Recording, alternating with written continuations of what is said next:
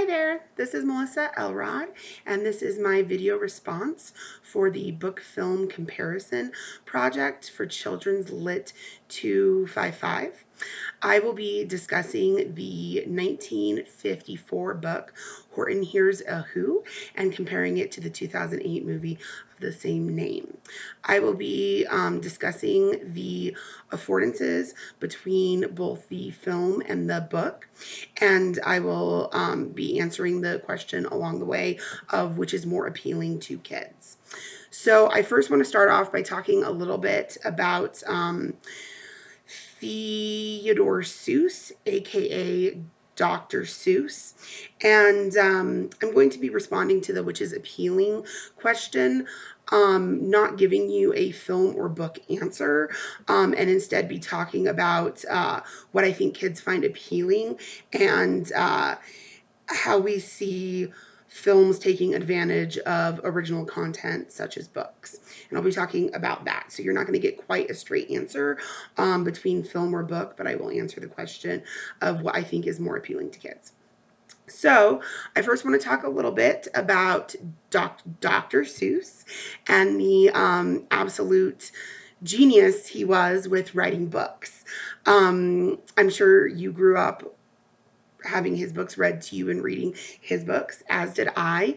And Horton Hears a Who is one of his greatest, I think. Dr. Seuss was able to create this world in his books where even if you were just handed a book that didn't have a title on it, didn't have the words, just had pictures drawn in his style, you would immediately be able to be like, oh, this is a Dr. Seuss book. Just because the illustrations that he made were so incredible. They were so fun and whimsical. And then if you look at the words he wrote, first, the rhyming style he used, where a lot of his books have rhymes throughout them or have different tongue twisters and things like that, things that really, really appeal to kids. Kids love that rhyming, methodical type thing. And then also how he was able to write books that had a meaning, that could talk about different issues, different social issues, things that I'm sure that he experienced or was on the tail end of experiencing, but still apply to things that we're experiencing now. He was really, really great. So I want to get out a few of the things along the way. So I want to point out, so page in Horton Hears a Who, page 20 and 21 is a really good example of the rhyming that he was known for. And then page 28 and 29 is a really good picture of his illustrations, and that's when Horton is walking through the jungle being laughed at by the other creatures for saying that he hears the who on this clover leaf that he has. Then another thing that I wanted to talk about, the creatures in Dr. Seuss's books, including Horton Hears a Who. They are, they're creatures we know, and he even calls them by name. Like there's the kangaroo, and Horton is clearly an elephant.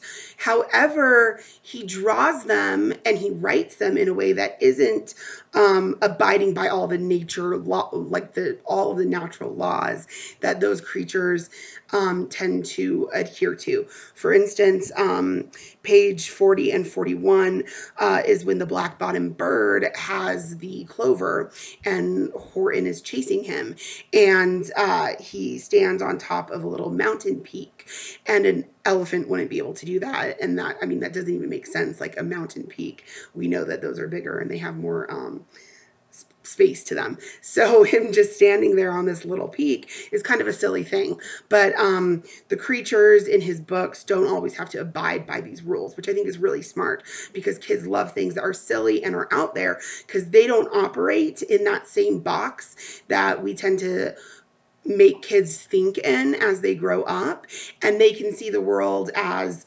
just whatever they want it to be, and creatures can do whatever they want to do. So he was really able to grab that creativity and have his creatures look one way.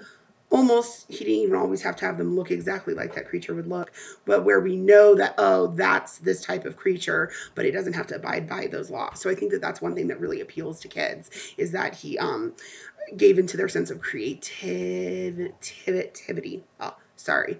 Um, so then page 443 is another thing that I think is really appealing in the book, which that's one of those book versus the movie. In the book, we see the facial expressions of Horton, and they're very exact, and he's very sad, and we can see that. And the writing, that the way it's been going, we feel for this guy, as opposed to the movie, which was a lot more modern day animation, and there weren't as many facial features, and it's a lot more cartoony, and so children probably aren't taking it as seriously as the book, because it doesn't convey those emotions as well. Even if you have a cartoon creature crying, it's different from the facial features on page 43. You sympathize a lot more with Horton in the book than in the movie. And kids love to feel things like that. We think that, oh, kids just need to have happy, animation, cartoons, it's all easygoing. But no, kids actually really respond to those feelings, because they're learning to give names to their feelings, and they can really identify with the person in the story. So talking a little bit about Dr. Seuss and how he was able to talk about social issues to kids. I wanted to point out that this book, again, is from 1954. World War II was from 1939 to 1945. So we're not quite 10 years past that. So that's something that he would have most definitely gone through and had seen. Not saying he personally experienced it, but it's something that he would have known about. And so this book, Horton Hears a Who, it's talking about a creature's a creature, no matter how small, that the status quo isn't always exactly the right thing. One thing that I really liked about it is, even though a large group of people are saying this is right, it doesn't mean that that's right. And you can stand up for something, and even if everyone is telling you you're wrong, it doesn't actually mean you're wrong. I think that that's something that like I said, we can see in today's world that he was able to write about social issues, and the way he wrote them helps children understand, but the lessons are also timeless. So, what happened with Hitler and the Jews, we can bring that now, and we can look at immigration and abortion, and we can kind of put those same lessons today, that even if someone says that person doesn't matter, oh, it's just a clump of cells, that doesn't mean it's right. Even if something is legal, doesn't mean it's right. And I think that that's something very, very important that we're teaching to kids, is you need to think for yourself, and just because the whole world says yes doesn't mean that it's right. That social acceptance is not the same thing as being ethically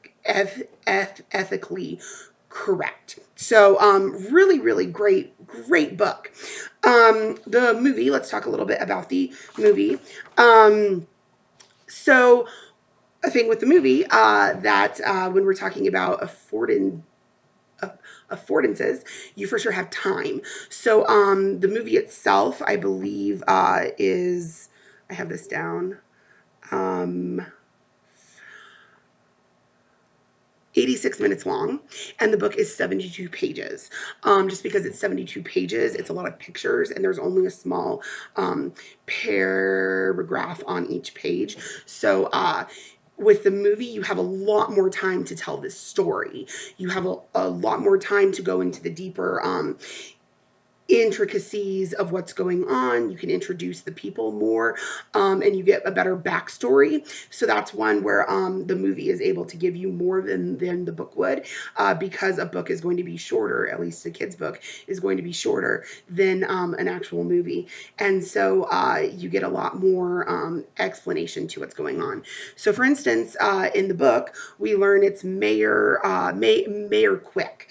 And we kind of learn about, oh, well, there's people there and there's apartments and there's, this who here and there's some kids and stuff. But in the movie, we learn all about it's Mayor Ned McDodd. We learn he has a wife. He has 96 daughters. He has one son. We learn about the kids. We learn about the individual characters in Whoville. So you get a lot more. And then another thing you get, as opposed to the book, is you get the reaction to the Who's, specifically the mayor, finding out that his world is tiny and that there's a much larger world beyond his world, and Horton is giant and he's tiny. Excuse me. I had a cold, sorry.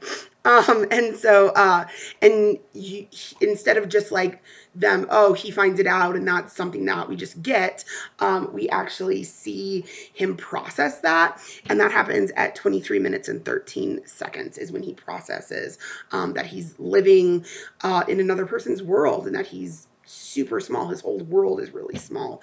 And like when Horton, shields his world, it goes dark. So we just get to see that more, which is great for kids because they get more of the story in that, I guess, and more specifics. So then another difference between the two, Dr. Seuss, while he did have a lot of color in his books, it was more of a muted color. There were blues and reds and yellows, but they're more of a muted color as opposed to the animation where it's these bright colors. So that's something where you could say, oh, well, that's more appealing to kids. So then another thing you see in the movies as opposed to the books is in the movies, it's just kind of like people aren't believing that. Archer, stop. Sorry, my dogs are here. You need to be quiet. Sorry, I apologize. So you get more of a discussion as to why the creatures in the book don't want to believe that there is this whole other world living on this clover. And in the book, you just see people, grabbing it from him and he's walking along and someone doesn't like it, so they take it and or with the black bottom bird just steals it from him. In the movie, you see more that the kangaroo that's in the book is more kind of in charge, and you see her turning people against him, specifically 9 minutes and 42 seconds in, and then 31 minutes and 8 seconds in. You see more of a discussion between her and Horton, where you can see more is going on, and you have questions like, why is she wanting to keep this a secret? Why doesn't she want to believe it? And there just is more to go into. So it's just establishing the characters more in the story. That's a huge thing that a movie can do in 86 minutes as opposed to just, a 72-page picture book. So then one thing I want to talk about, I had talked previously about how Horton had been on the mountain peak and how that was really cute. And I talked a little bit about how, he just was more creative with what the characters in his story could do. In the movie, at 58 minutes and 5 seconds, in the same scene with the black bottom bird, Horton, instead of being on the mountain peak, charges up the mountain and he uses his trunk kind of like a train horn. And it's cute because it's kind of saying, well, we're not going to go as far as the mountain peak, but we're going to throw in him doing something that is silly as well, but it's more probable that a creature like him would do. So just want to throw that out. And then towards the end of the movie, 1 hour, 16 minutes and 25 seconds in, we see the Joey that's been in the kangaroo, who's the antagonist in the story.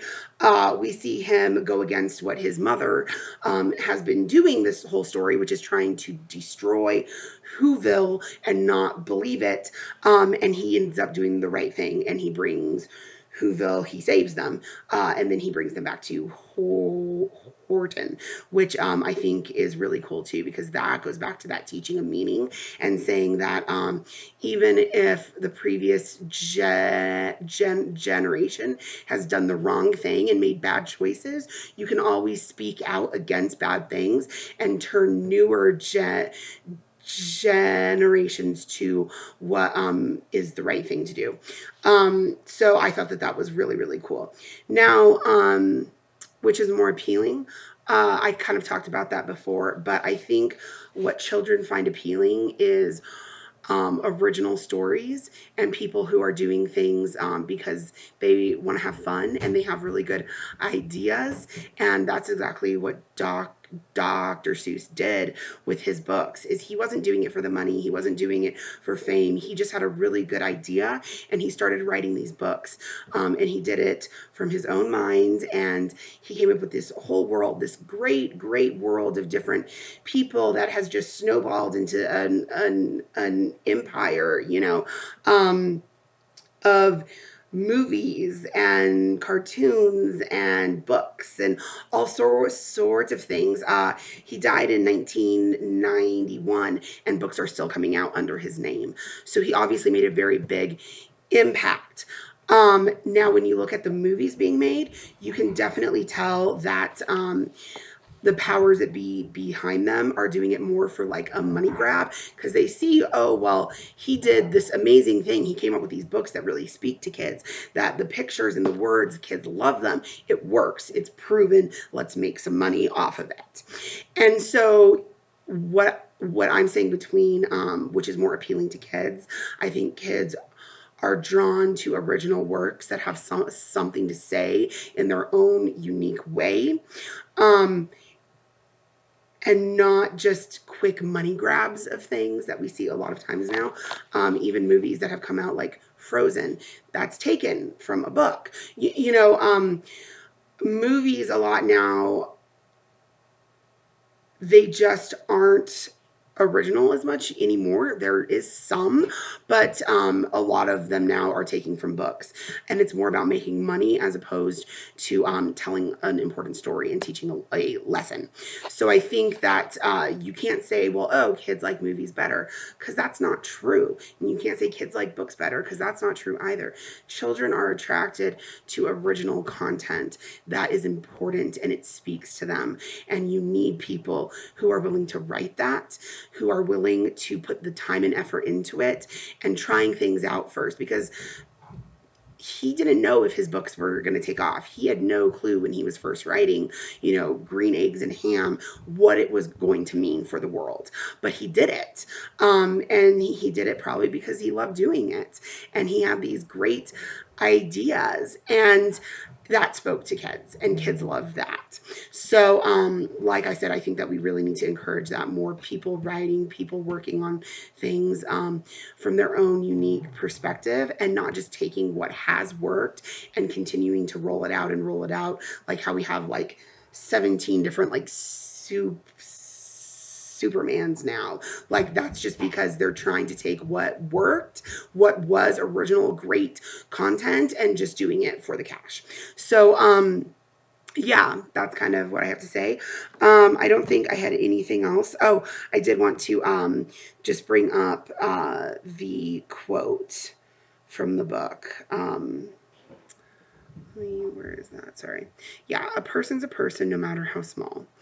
And that was one of his original thoughts, and saying that people matter. It doesn't matter who you are or where you're born into, where you come from, the situation you find yourself. A person's a person, and kids really need to hear that, because there's a lot of voices out there saying, well, you're better because you're this, or you were born into more money so you matter more, and that's not true. And it's an original thought. And then going back to that, his facial expression, I should have brought this up then, but when he's searching for the Who's through all the clover leaves, it says Horton was more dead than alive. He had picked, searched, and piled up 9,005. And that just goes back to his rhyming and how he was able to put that emotion and put storytelling through rhymes. And he really, to be honest, he didn't need 86 minutes to tell an amazing story. He could do it in 72 pages. And while a lot of that backstory and filler can be great, he didn't need that. And so I think you can take something that's really great and you can bloat it up to fit into a movie, but it doesn't mean it's better. It just means you added a lot of filler. So, not that's bad, but it just goes to show what a great writer and illustrator he was. So I'm over my time by about 16 minutes, so I profusely apologize. But I hope you liked my video, and I hope it helped you think a little bit more about books and movies. All right, thank you. Night.